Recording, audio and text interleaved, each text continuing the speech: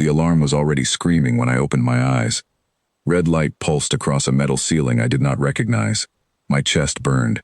My arms would not move the way I told them to. Somewhere close, metal groaned like the whole structure was trying to fold in on itself, and I understood, before I understood anything else, that I was not safe. I tried to sit up. Pain answered before my body did, sharp and total, and I fell back against the cold surface beneath me.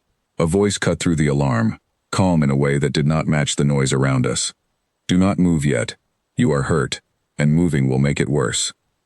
A man stood over me, brown hair, tired eyes, hands already working at something near my side. He did not look like a soldier. He looked like someone who had been awake too many hours and had stopped noticing. "Who are you?" I said. My voice came out broken, like it belonged to someone weaker than me.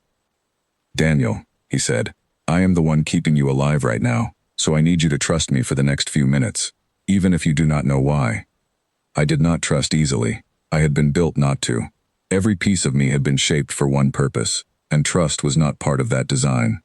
But the ship shuddered again, and somewhere far off I heard the dull impact of something breaking apart, and I understood that whatever was happening outside this room was worse than anything happening inside it. "What is going on?" I asked. "We took a hit," Daniel said. "Hull breach on deck 4, you were near it. You are lucky you are not on deck 4 anymore." My side burned hotter with every word. I looked down and saw armor plating fused into my skin, cracked along one edge, dark liquid seeping from underneath it. I had worn this armor so long I had forgotten what my body looked like without it. Now it was tearing into me instead of protecting me. "You need to get this off," I said. "I know," Daniel answered. "Give me a second." The lights flickered. Somewhere above us, footsteps pounded across metal flooring, fast and frightened. A second voice came over a speaker, a woman's voice, tight with urgency. "Daniel, we have maybe 10 minutes before the pressure seals fail on this level. Whatever you are doing, finish it faster." "Working on it, Priya," he called back, not looking away from me. 10 minutes. I did the calculation without meaning to, the way I calculated everything, an old habit from a life I was trying not to remember. 10 minutes was not long. 10 minutes was barely enough time to breathe, let alone survive whatever was tearing this ship apart around us. "You should leave me," I said. "Save yourself. I am not worth this." Daniel's hands paused for exactly 1 second before continuing their work. "That is not how this works," he said. "Nobody gets left because they think they are not worth saving. Now hold still." He pressed something cold against my side, and pain shot through me so sharp that my vision went white at the edges. I did not scream. I had been trained not to. But my whole body locked rigid, and a sound escaped my throat that was not quite human, and not quite anything else either. "I know," Daniel said, quieter now. "I know it hurts. We are almost done." The ship rocked again, harder this time, and something in the ceiling above us cracked loose and swung dangerously on a cable. Daniel glanced up, judged the distance, and kept working without missing a motion. "How are you so calm?" I asked through clenched teeth. "I am not calm," he said. "I am just used to not showing it. Panic does not fix wounds. It just wastes the time you have to fix them." That answer stayed with me longer than it should have. I had spent my whole life being told that showing nothing was strength, that fear proved weakness, and here was a man admitting he was afraid while doing exactly what fear was supposed to stop him from doing. The armor plate came loose with a wet, tearing sound, and I felt something inside me ease, like a held breath finally released. Daniel dropped the broken piece to the floor and pressed a clean cloth against the wound beneath it. "Better," he said. "Not good, but better." The speaker crackled again. 6 minutes, Priya said. "I need you both moving toward the escape pods now, not later." Daniel helped me stand. My legs shook, but they held.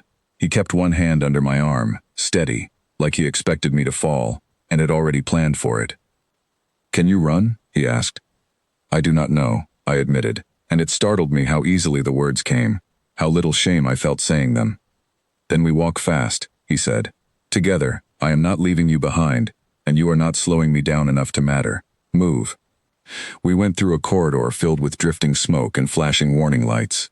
Every few steps, the floor trembled beneath us, and I kept expecting it to give way entirely.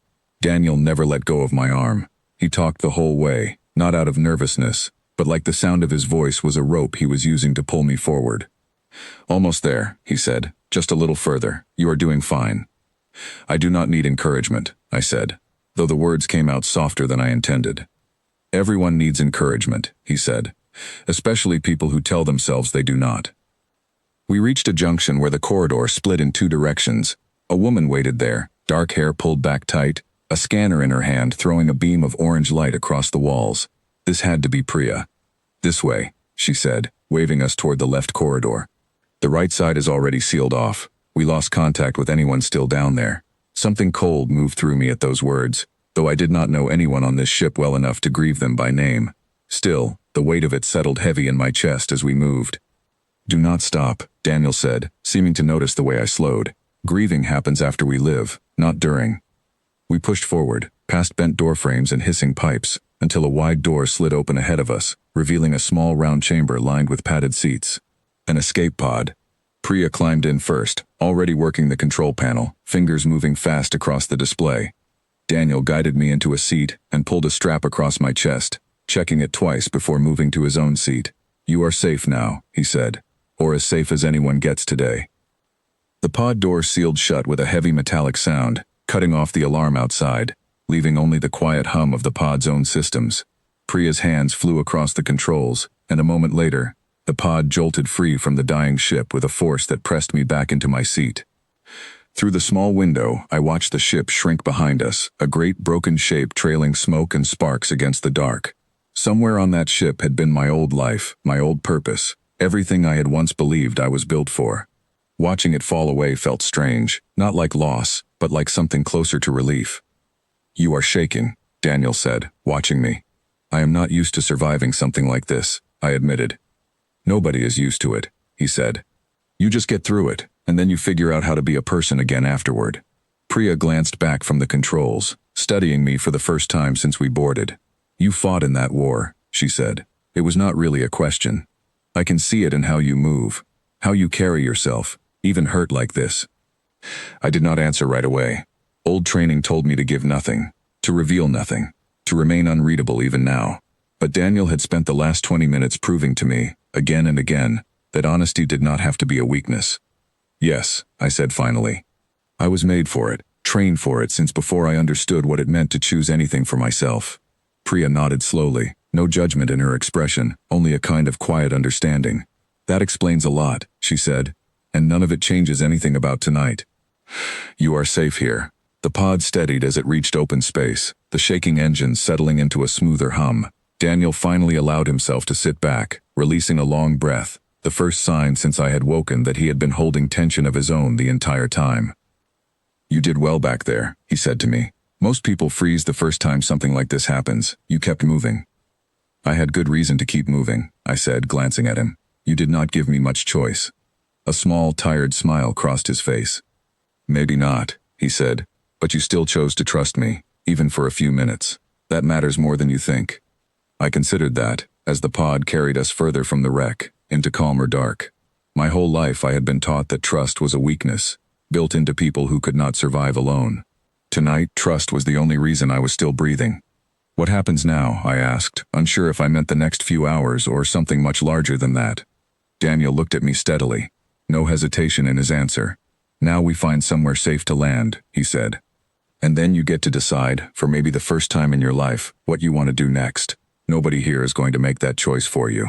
Outside the window, the stars stretched wide and endless, indifferent to everything that had just happened.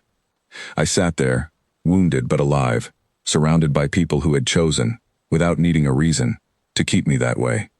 For the first time in longer than I could remember, I let myself believe that surviving was only the beginning.